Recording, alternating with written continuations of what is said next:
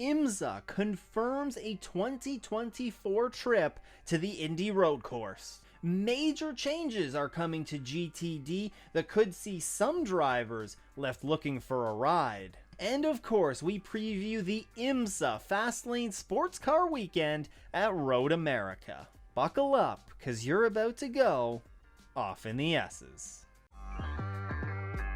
Well, we're going to kick things off today with some DPI news.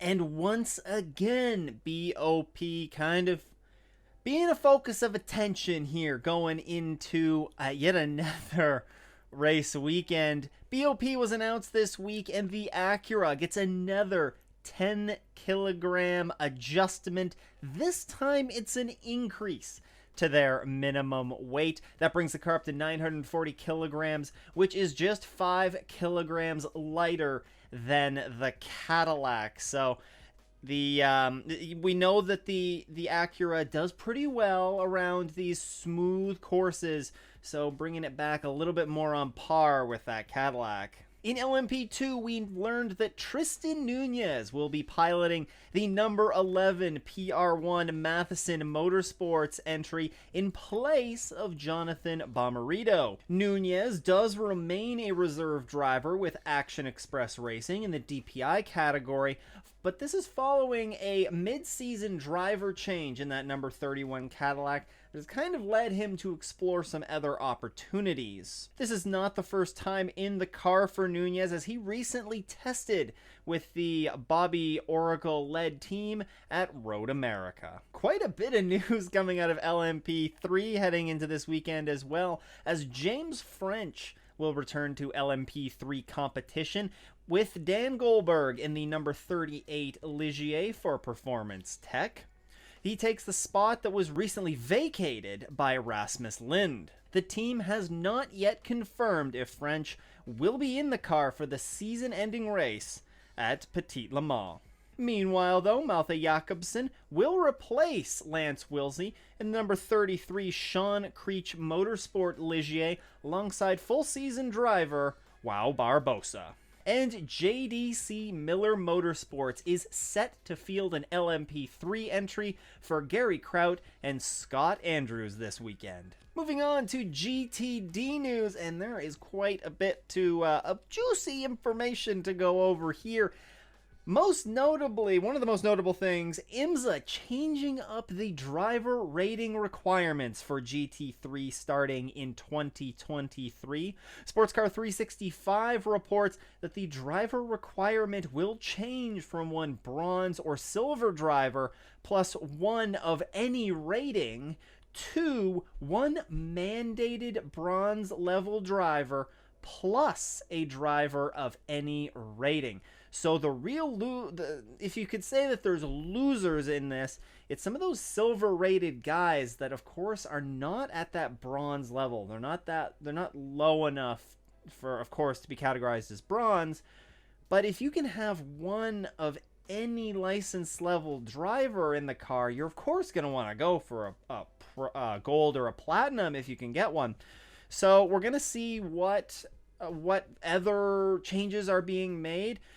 This is expected to be formally announced later this week on Friday at the IMSA State of the Sport address. And it is believed that there are going to be other changes just with regards to the rating system overall that is actually coming down from the global FIA driver rating system. It is expected that there's going to be numerous silver drivers as a result of changes to the FIA driver rating system that are going to lead to silver drivers being upgraded to gold who have significant single-seater experience. Now, with these new regulations that are expected to impact GTD starting in 2023, there is only one team that currently meets these regulations. So lots of changes are going to be coming. Drivers are a little bit uncertain. Saw some tweets from some drivers. They're a little bit uncertain of how this is going to affect things. So stay tuned for more news on this front. We also have some team and driver entry notes here as NT Esport will return to the WeatherTech Championship with their Lamborghini for Jaden Conwright and Marco Holzer. And also, Denny Juncadella, who recently competed in the 24 Hours of Spa, is rejoining Cooper McNeil in the number 79 WeatherTech Racing Mercedes. Notables that aren't going to be on the grid: Hardpoint, Inception Racing, and Allegra Motorsports are all not going to be present this weekend at Road America. And of course, we can't talk about the GTD category without talking about BOP now, can we? The BOP was, of course, released this week, and notables from that are a 20-kilogram increase in weight to the Mercedes. This is expected, or was expected, to be a strong track for the Mercedes. They've shown some some strong results. Well, maybe not getting the results per se, poor Windward Racing, but they have been very strong in recent races, so this is expected to bring them back to the field a little bit. And then the Porsche. Porsche's kind of been dominant all year, especially in GTD Pro, and they will get a 10-kilogram weight increase to what they saw at Lime Rock Park. Well, we talked about Hardpoint not having an entry in WeatherTech, but they have shifted focus to the IMSA Michelin Pilot Challenge. They've added a second entry for this weekend's 4-hour race for the Michelin Pilot Challenge at Road America. The number 9 Porsche joins the grid in a partnership with OGH Motorsports. It will see Sean Gibbons and Sam Owen make their IMSA debuts alongside Derek DeBoer. Joey Hand is also returning to IMSA for the first time in 2 years, replacing Chad McCumbee, who will be unable to race for the rest of the season due to scheduling conflicts. Hand joins PF Racing in his first IMSA start since Sebring of 2020, and he did that in the WeatherTech Championship. He, of course, has a very nice resume to his name. He's a former American Le Mans Series GT champion, and he was also part of Chip Ganassi Racing's factory Ford GT effort that ran from 2016 until 2019. Some more additions to the grid include Kelly Moss Racing, who will add a Porsche 718 to the 40 entry strong grid that will be driven by David Brule and Alec Udell. This is along with the return of Automatic Racing's Aston Martin GT4 and BGB Motorsports Porsche. Unfortunately, though, and maybe due to some resource reallocation to support their LMP3 effort, the number 17 Unitronic by JDC Miller Motorsports Audi of Mikey Taylor and Chris Miller will not be racing at Road America. Well, surprise, surprise, we have more LMDH news to talk to you about, and it starts with a team that's not going to be on the grid until 2024. Lamborghini has announced that Mirko Bortolotti and Andrea Caldarelli have been confirmed as the first 2 drivers in Lamborghini's LMDH lineup that will compete in IMSA and the World Endurance Championship starting in 2024. Both have had success with the Lamborghini Huracan GT3 in various championships around the world, of course, including the IMSA WeatherTech Sportscar Championship. The car is expected to hit the track for testing early in 2023. And BMW announced some more news, perhaps announcing the inevitable here, that they are going to be confirmed as an entrant into the World Endurance Championship in addition to IMSA starting in 2024.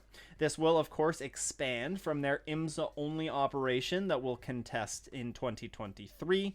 And they also later announced some big news here that former Audi-partnered team WRT would be running this LMDH entry in the World Endurance Championship. They've also noted that they are quite close to announcing their driver lineups for GTP in 2023, as they announced that they're leading towards a GTP lineup that consists of drivers from its current factory roster. Now, their current roster currently consists of Nicky Katzberg, Jake Dennis, Connor DeFilippi, Steph Dusseldorp, John Edwards, Philip Ang, Augusto Fargas, Timo Glock, Eric Johansson, Jans Klingman, Jesse Krohn, Sheldon Vanderlinde, Alexander Sims, Bruno Spengler, Marco Whitman, and Nick Yaloli. So they have a large pool to draw from here.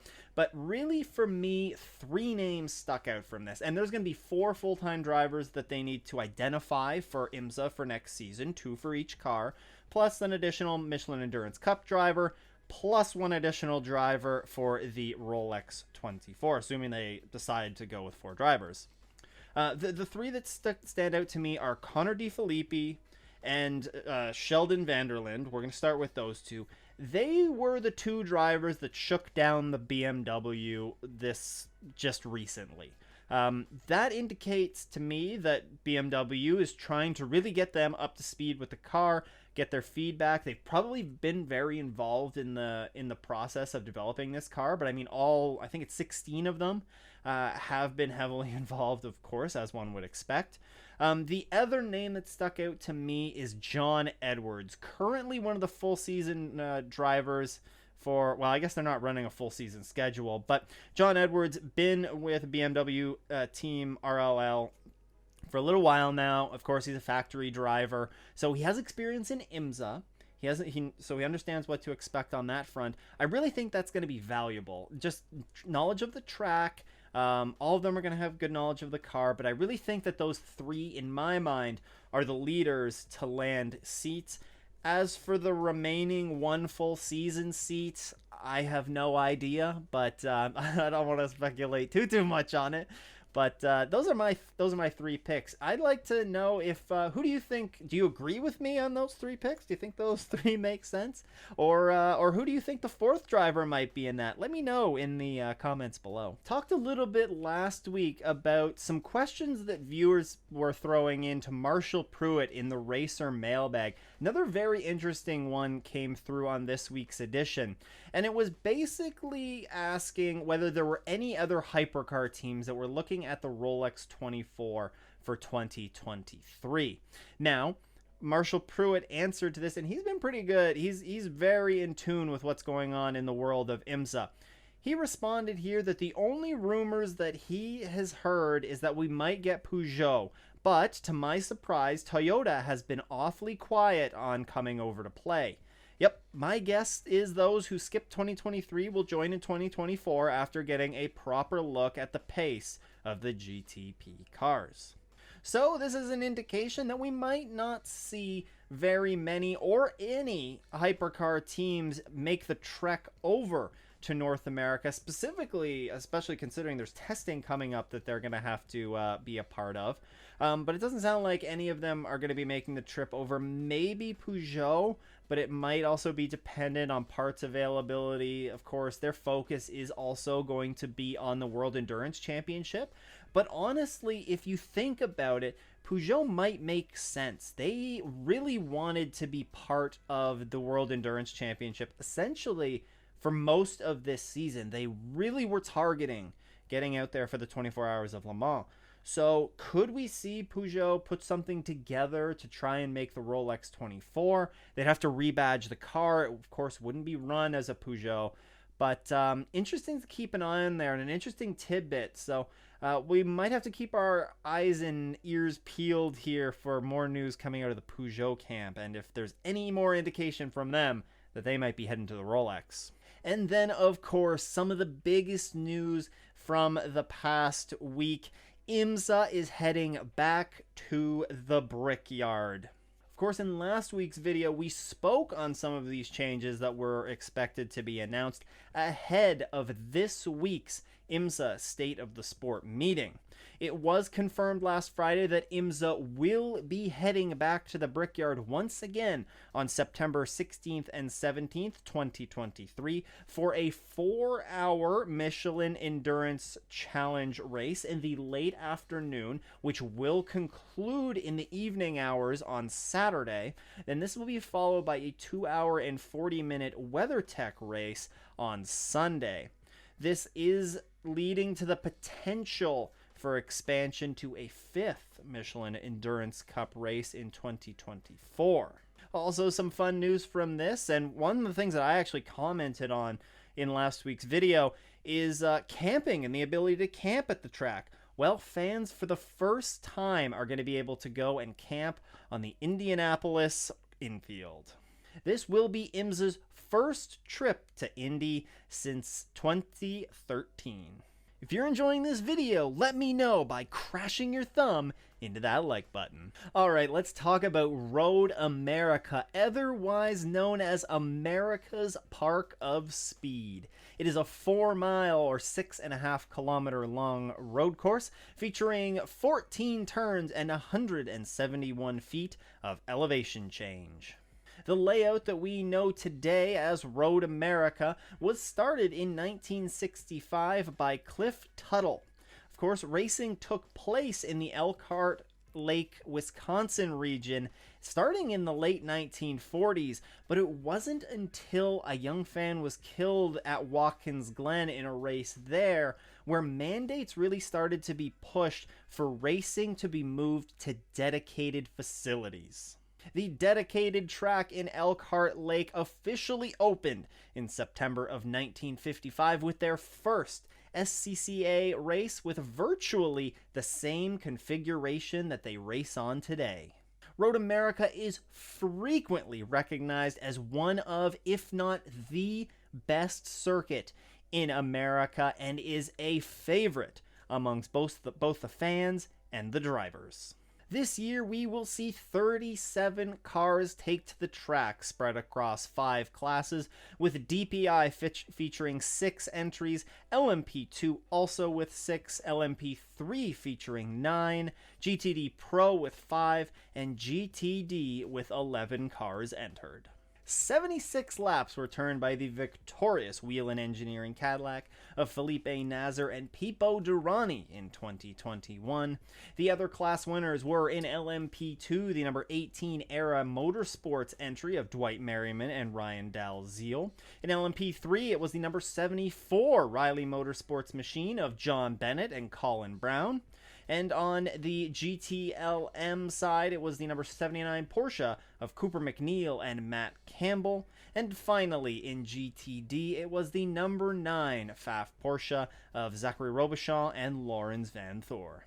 Well, what should you be looking out for this weekend at Road America? Well, Road America is one of the fastest, most high-speed tracks on the IMSA calendar, with lap times from the different classes ranging from the 1 minute and 48 second range for the DPIs down to the 2 minute 5 second range for GTDs.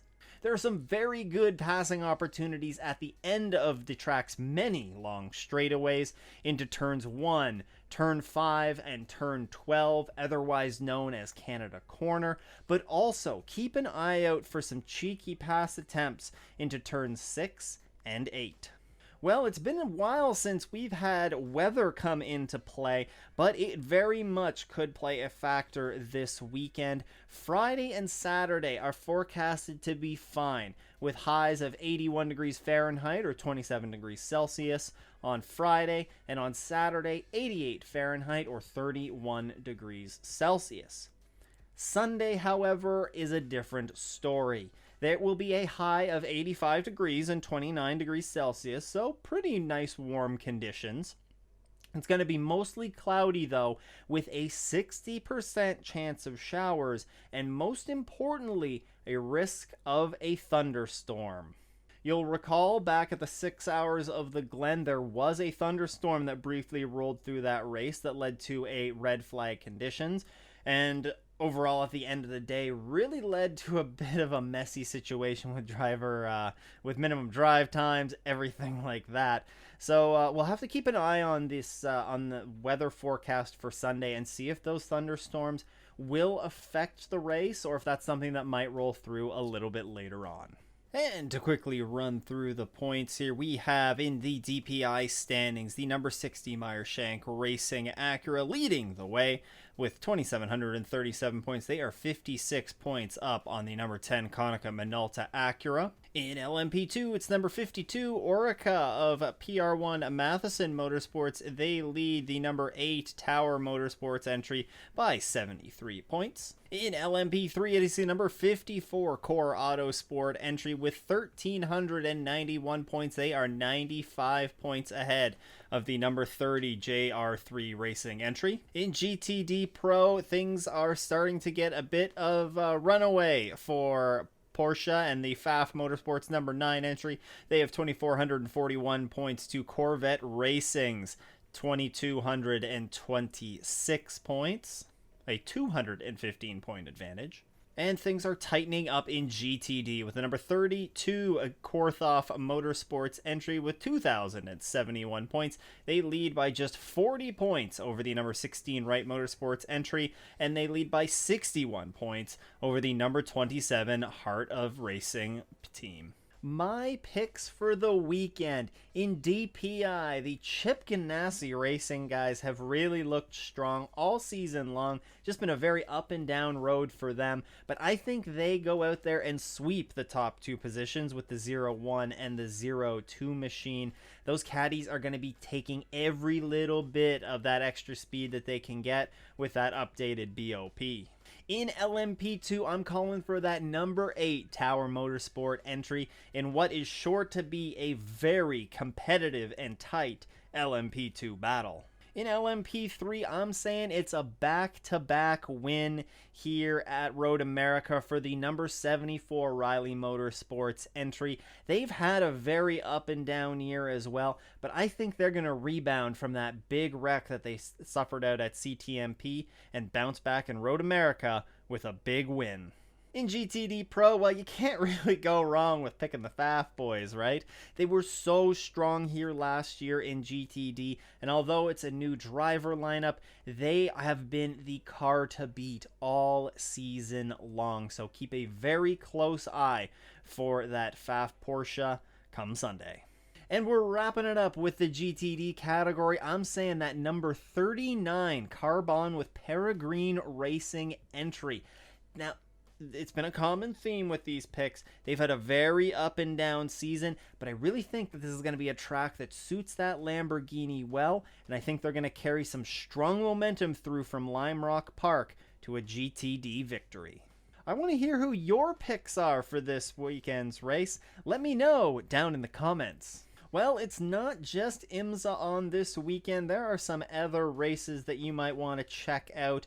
There is some NASCAR running going here at Michigan Speedway. The Xfinity Series is racing there for the New Holland 250. That race goes Saturday at 3:30 Eastern Time. And the Cup Series will go Sunday at 3 o'clock Eastern Time for the Firekeepers Casino 400.